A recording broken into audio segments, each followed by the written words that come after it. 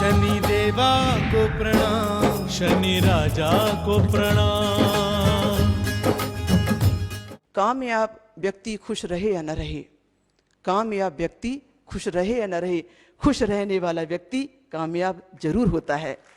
Astrologer, vastu विशेषज्ञ, motivational speaker doctor Vibhashri दीदी जी का संक्षिप्त परिचय। पूरा नाम विभाश्री कौशल, जन्म 26 जून 1965, झांसी, उत्तर प्रदेश। शिक्षा post graduation, bachelor of journalism, Ayurvedic एवं नेचुरोपैथी चिकित्सा, वास्तु ज्योतिष संबंधी कोर्स। कार्यक्षेत्र सत्संग, ज्ञान यज्ञ, मोटिवेशनल कार्य, मेडिटेशन, चिकित्सा शिविर, वास्तु एवं ज्योतिष संबंधी मार्गदर्शन, गृह शांति अनुष्ठान आदि।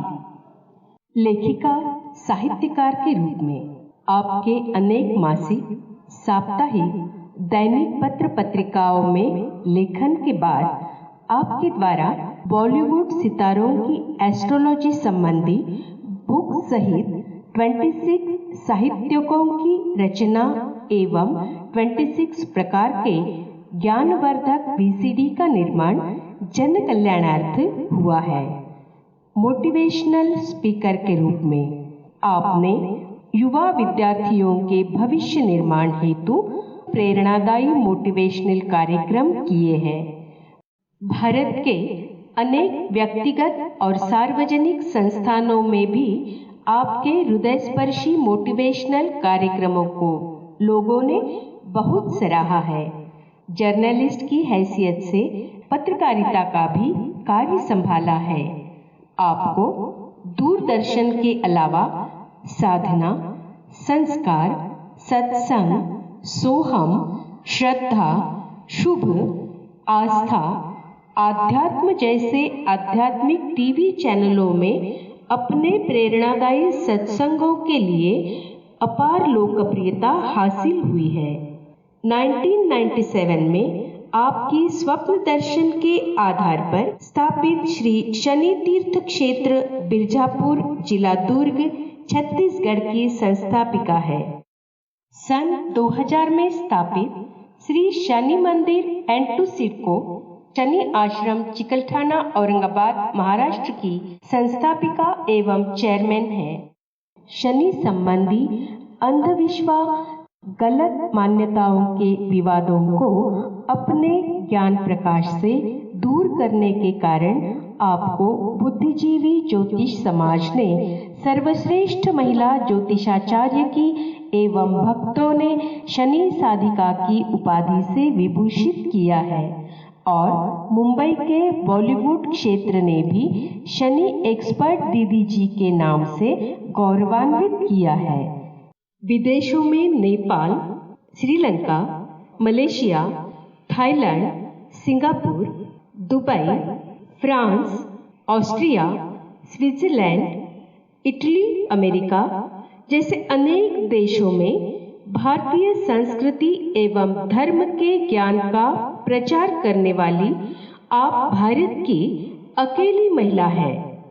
आपको अनेक सम्मान पत्र, गोल्ड मेडल, शील्ड के अलावा ज्योतिष क्षेत्र का सबसे लोकप्रिय प्रसिद्ध सम्मान मैन ऑफ द ईयर का अवार्ड 3 बार प्राप्त हुआ है और 14 अप्रैल 2011 को मुंबई के विशाल षणमुखानंद हॉल में आपको भारत रत्न अंबेडकर अवार्ड से भी सम्मानित किया गया है।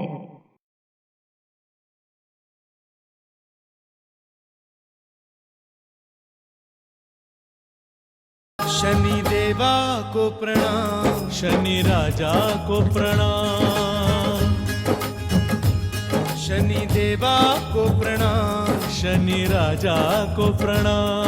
शनि देवा को प्रणाम, शनि राजा को प्रणाम। हमारे अग्नि यज्ञ में इतना पावर है कि हम हर समस्या का समाधान उससे प्राप्त कर लेते हैं। तो दूसरा है अग्नि यज्ञ, जिसे अवसर पाने पर आपको छोड़ना नहीं चाहिए, अवसर मिलने पर उसका लाभ जरूर उठाना चाहिए। तीसरा है भूत यज्ञ। अब भूत यज्ञ का मतलब वो नहीं है जो गरुड़ पुराण में दिया है। आपको मालूम है गरुड़ पुराण जो नरक की झांकी दिखाता है, स्वर्ग की झांकी दिखाता है, गरुड़ पुराण जो मरने के बाद लोग पढ़ते हैं, जो जीते जी नहीं पढ़ रहे हैं, गरुड़ पुराण जिसमें बहुत सारी बातें ऐसी दी गई हैं जो आज के समय में लागू नहीं होती हैं, गरुड़ पुराण जो विष्णु भक्तों के द्वारा वैष्णव संप्रदायों के द्वारा वैष्णव संप्रदाय को बढ़ाने के लिए लिखा गया था। गरुड़ पुराण जिसमें वेद व्यास जी का एक अक्षर नहीं है पर वेद व्यास जी का नाम चिपका दिया गया है, वो गरुड़ पुराण जो मृत्यु के बाद लोग पढ़ रहे हैं और उसको पढ़ने के बाद देखकर जो उसमें लिखा हुआ है उसको सब फॉलो कर रहे हैं, जिसमें 10% वो नाम अच्छी बातें हैं, पते की ज्ञान की बातें हैं और 90% थोपी गई बातें हैं। वो गरुड़ पुराण जिसके लिए लिखा गया है कि भगवान विष्णु अपने वाहन गरुड़ को सुना रहे हैं। आपको अच्छा लगता है कि आप जिस पर सवार हो रहे हैं आप उससे बातें करके आप उसको कथा सुनाएंगे? भगवान विष्णु को इतनी फुर्सत है वो गरुड़ को कथा सुनाएंगे? और गरुड़ को कथा सुना के क्या करेंगे? वो गरुड़ पुराण जब बुद्धिजीवी पढ़ते हैं, जब वो पढ़ते कब हैं? लोगों ने तो भ्रांतियां बना दी हैं कि मरने के बाद पढ़ा जाता है, तो आदमी तो डरता है, ये तो मरने के बाद का पुराण है। कमाल की तो ये बात है। तो इसलिए वो जो गरुड़, मैंने तो बहुत बार पढ़ा है, सिर्फ उसके अंदर में खोज करने के लिए ऐसा क्या है जो मरने के बाद पढ़ा जाता है। मेरे घर में तो गरुड़ पुराण सबसे पहले लाई थी मैं। तो गरुड़ पुराण का जो सारांश है वो पूरा का पूरा सारांश ये है कि इसमें बहुत सारी भ्रांतियां हैं और बहुत सारी बातें ऐसी हैं जो आज के समय में लागू ही नहीं होती हैं, क्योंकि ये जो पुराण है वेद व्यास जी ने नहीं लिखे, कोई भी पुराण वेद व्यास जी ने नहीं लिखे। ये वेद व्यास जी को बदनाम कर दिया और पुराण लिखे हैं हमारे आपके जैसे ऐसे लोगों ने जो कभी तथाकथित विद्वान हुआ करते थे। जोर जबरदस्ती के साथ में उनको ग्रंथों की उपाधि दी। सारे ऐतिहासिक ग्रंथ हैं, सारे ऐतिहासिक ग्रंथ हैं, पौराणिक ग्रंथ हैं, हमारे धर्म ग्रंथ नहीं है। धर्म ग्रंथ है हमारे वेद, धर्म ग्रंथ है हमारी गीता, धर्म ग्रंथ है हमारा महाभारत। वो महाभारत जब द्वापर युग में थी, लिखी गई थी और मात्र उसके 10,000 श्लोक थे। वो महाभारत हमारी धर्म ग्रंथ है। आज की महाभारत मिलावट राम खिचड़ी जिसमें कि 1 लाख से ज्यादा स्रोत हैं, वो महाभारत हमारी धर्म ग्रंथ नहीं हो सकती। आप महाभारत के बारे में बहुत सारी बातें जानेंगे तो हैरान रह जाएंगे। सुभारती संवाद टीवी में पूरे 2022 तक हमारे ज्ञान विज्ञान के वही विषय चलने वाले हैं कि कहाँ कहाँ मिलावट हुई है, किस जगह मिलावट हुई है और कितने ग्रंथ सच्चे और कितने झूठे और कैसे कैसे उनको हमने निकाला और कैसे रहस्यात्मक रूप से खोजा। रामायण वो हमारी धरोहर है जो वाल्मीकि जी ने लिखी थी, वो हमारा धर्म ग्रंथ है ओरिजिनल। रामचरितमानस जिसके चटखारे ले लेके हम गीत गा के पढ़ते हैं, उसमें आधी से ज्यादा मिलावट है। ओरिजिनल जो है वो वाल्मीकि की लिखी 6 कांड की वो असली रामायण है, ये 7 कांड वाली रामचरितमानस नहीं। तो ये तो बहुत ज्ञान में उतरने के बाद में हमें पता चला, हम भी तो ऐसे ही थे, हम भी तो यही सब करते थे, पर जब जागे तभी सवेरा। तो कहने के लिए कि ब्रह्म यज्ञ करना है तो उन चीजों का प्रचार करना है जो वाकई में ओरिजिनल है, और अग्नि यज्ञ करना है तो गायत्री मंत्र सर्वोपरि है, महामृत्युंजय मंत्र सर्वोपरि है, क्योंकि वो वैदिक है, बाकी सब मंत्र पौराणिक है। खाली गायत्री मंत्र आपने पकड़ लिया तो पूरे वेदों का मूल पकड़ लिया कि आपने वेदों के मंत्र लिए ना लिए, पर ब्रह्मांड की उपासना कर ली, परमात्मा की उपासना कर ली। ओम भूर्भुवः स्वः तत्सवितुर्वरेण्यं भर्गो देवस्य धीमहि धियो यो नः प्रचोदयात्। लगभग सबको याद है, वैदिक मंत्र है। और महामृत्युंजय मंत्र भी आपको सबको याद है, ओम त्र्यंबकम यजामहे सुगंधिम पुष्टिवर्धनम उर्वारुकमिव बंधनान मृत्योर्मोक्षीय मामृतात्। क्या बात है, सबको याद है। बस ये 2 मंत्र छोड़ना नहीं, इनको पकड़ के रखना, ये आधार स्तंभ है। इसमें ही वेदों की गंगा में नहा लेंगे आप लोग। जब भी अवसर मिले इन 2 मंत्रों से हवन अपने जीवन में जरूर करते रहना। जब भी मौका मिले आपके कष्ट कटते जाएंगे। तो ये आज के उपायों में शामिल था, इसलिए मैं आपको ये बता रही थी। और भूत यज्ञ का मतलब ये नहीं है भूत प्रेत आत्माएं। वेद तो हमारे कहते हैं भूत होते ही नहीं, ये तंत्र मंत्र होते ही नहीं। ये औघड़ और ये शमशानवासी और ये सब जितने भी जो स्वांग रचाने वाले लोग हैं, ये सब वामपंथी हैं, ये होते ही नहीं वेदों के अंतर्गत। तो पर हम तो कहते हैं ना भूत होते हैं, फिल्मों में देखते हैं ना भूत होते हैं। वो भूत था, कैसा था, वो मोमबत्ती लेके चल रहा था। अरे वो आत्मा है, शरीर नहीं है, मोमबत्ती कहाँ से आई उसके हाथ में? वो भूत था, बोले सफेद कपड़ा पहने हुई थी, वो भूतनी दिख रही थी। अरे भाई वो आत्मा है, शरीर नहीं, उसके पास सफेद साड़ी कहाँ से आ गई? किसके शरीर में अंदर घुस के उसने किसकी साड़ी पहन ली सफेद? पर नहीं, उसको दिखाना है वो भूत था, वो भूतनी थी। ऐसी काल्पनिक कथाएं गढ़ ली हमने। कहने का मतलब ये कि वेद हमारे कहते हैं ये भूत प्रेत आत्माएं कुछ होती ही नहीं, और पुराण हमारे कहते हैं कि आदमी मरने के बाद भूत बन जाता है। अब देखो वेदों के विपरीत है पुराण। गरुड़ पुराण में तो भूत कहानियां इतनी है कुछ पूछो मत। भूत बन जाता है, उसका उद्धार नहीं होता, फिर ऐसा होता है, ऐसा करना चाहिए, वैसा करना चाहिए, बहुत सारी कहानी है आत्मा को लेकर। पर वेदों में जो बहुत सही तरीके से बताया है कि अंतिम संस्कार कैसे किया जाना चाहिए, वो तारीफ काबिल है। और उसके बाद में मोक्ष का कारक है यजुर्वेद, जिसे हम मोक्ष शास्त्र कहते हैं, बहुत अच्छी तरीके से समझाते हैं यजुर्वेद में। तो कहने का मतलब ये है कि मैं सिर्फ इतना ही कह रही थी आपसे कि आप लोगों को अपने जीवन में ये याद रखना है कि अपने को सब दशाओं को अच्छा कैसा करना है। और चौथा है अतिथि यज्ञ। अब अतिथि यज्ञ को जो मैं यज्ञ बता रही थी आपको वेदों के अनुसार, अब अतिथि यज्ञ को मैं 4 भागों में विभाजित करती हूँ। उसे कहते हैं, इसको मिला के पंचदेव। अब वैदिक रूप से पंचदेव कौन से हैं? अतिथि को मिलाकर, और 4 उसमें शामिल हो गए तो पंच हो गए। अब जैसे मैंने आपको बताया वैष्णव धर्म के अनुसार में 5 देवता, अब आपको बताती हूँ वेदों के अनुसार में 5 देवता कौन से हैं, हम इनको माने। एक तो उपाय वो हो गए जो 4 यज्ञ हैं, अब हम इनको माने। ये अतिथि यज्ञ भी उसमें आता है 4 यज्ञ में। अभी हम उनको माने तो पंचदेव कैसे रहेंगे? मातृदेव भवा। हमारी माता की सेवा हम कितनी कर सकते हैं? माता नहीं होती तो हम दुनिया में दिख नहीं रहे होते। पितृदेव भवा, पिता का आभार कैसे व्यक्त कर सकते हैं? पिता नहीं होते तो हमारी जिंदगी ही नहीं होती।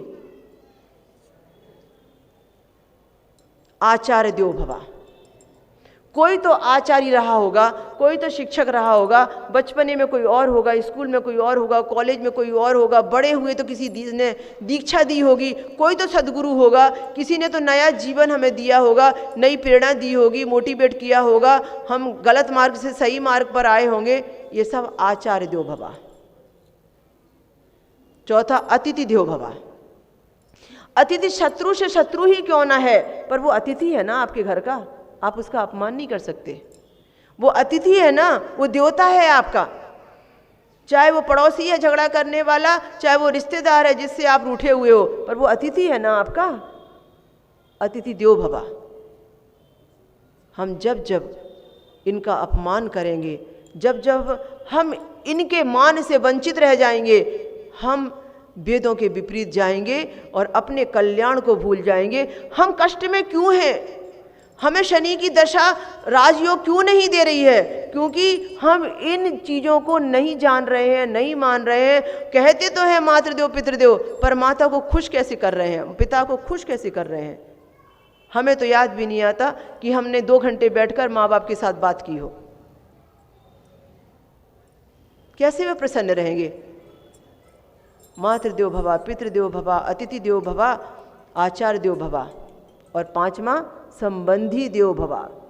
हर व्यक्ति के साथ संबंध जुड़े हैं। पत्नी है तो पति का रिश्ता जुड़ा है, और पति है तो पत्नी का रिश्ता जुड़ा है। किसी ना किसी से कोई ना कोई संबंध है। बहन का भाई से संबंध है, भाई का बहन से, सास का ससुर से, आपका बहू का सास से संबंध है। सबका किसी ना किसी से रिश्ता तो जुड़ा है ना। आप एक घर में रहते हो, रिश्ते और खून का रिश्ता निभा के चल रहे हो, तो फिर आपने संबंधों को तो पूजा नहीं, माना नहीं, समझा नहीं। जिनके अंदर में पूरे रिश्तों में नवग्रह बैठे थे, उनको तो आपने महत्व ही नहीं दिया, और सारी दुनिया का राज करके आप राजकरण में, आप राजनीति में, समाज सेवा में फेमस होने का प्रयास कर रहे हैं। पहले आप घर से प्रयास शुरू कीजिए। पहले घर के लोग पीठ थपथपाएं, वाह क्या बात है, विजयी भवा, यशस्वी भवा, फिर देखिए आप यशस्वी होंगे कि नहीं होंगे। तो हमारे वेद कहते हैं, हमारे वेदों में दिया है कि हमें ये देवों की पूजा करनी है, इनकी अर्चना करनी है, यही हमारे भगवान हैं। और यदि हम इनकी सेवा करेंगे, अर्चना करेंगे, तो निश्चित रूप से हम सबसे बड़े धर्मात्मा बन जाएंगे, सबसे बड़े ज्ञानी बन जाएंगे। शनिदेव की दशा हमारे लिए राजयोगकारी बन जाएगी। कीजिए, आज से ही कीजिए ये उपाय। ये समापन था। अब आरती की तैयारी करते हैं। आरती की तैयारी हो रही है। यहाँ पर हमारे जो मुख्य आयोजक हैं प्रदीप अग्रवाल जी, उनकी धर्मपत्नी रानी अग्रवाल जी आ जाएं, पधारें। आरती की तैयारी होने तक हम समर्पण गीत ले लेते हैं। मैं आपसे प्रार्थना करती हूँ कि आप अपने मन पर विजय प्राप्त करें। मैं आपसे प्रार्थना करती हूँ कि आप सबको माफ़ कर दें। दोस्तों से कितनी गलती हुई हो सबको माफ़ कर दें। आज बाहर निकल जाएं, पास्ट चिंतन से वर्तमान में जीना सीख लें, और आज से दुश्मन को भी अतिथि मानकर उसको भी आप गले लगा लें। और मैं इस गीत में आपसे ये प्रार्थना करने जा रही हूँ, समर्पण गीत में। ये गीत मेरे आज का पूरा शनि पुराण का निचोड़ है।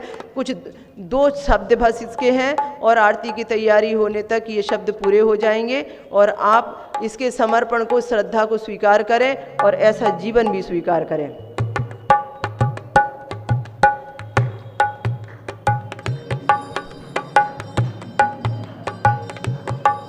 हमको मन की शक्ति देना, मन विजय करे, दूसरों की जय के पहले खुद को जय करे। हमको मन की शक्ति देना, मन विजय करे, दूसरों की जय के पहले खुद को जय करे। हमको मन की शक्ति देना, भेद भाव अपने दिल से साफ कर सके, भेद भाव अपने दिल से साफ कर सके, दोषों से भूले हो तो माफ कर सके, दोषों से भूले हो तो माफ कर सके, झूठ से बचे रहे और सच का दम भरे, दूसरों की जय के पहले खुद को जय करे। हमको मन की शक्ति देना, मन विजय करे, दूसरों की जय के पहले खुद को जय करे। मुश्किलें पड़े तो हम पे इतना करम कर, मुश्किल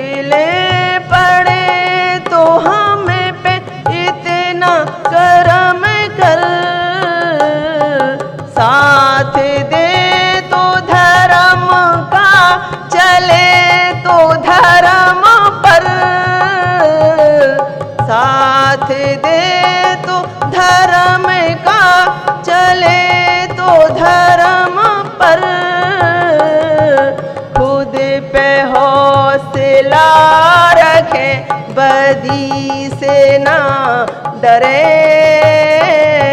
दूसरों की जय के पहले खुद को जय करें। हमको मन की शक्ति देना। जय शनिदेव।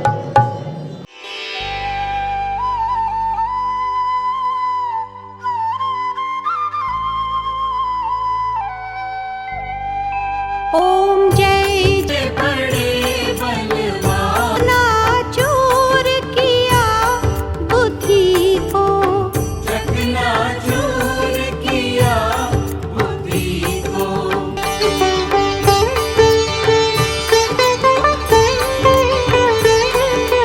सूर्य सराजा हरिश्चंद्र का बेच दिया परिवार, स्वामी बेच दिया परिवार।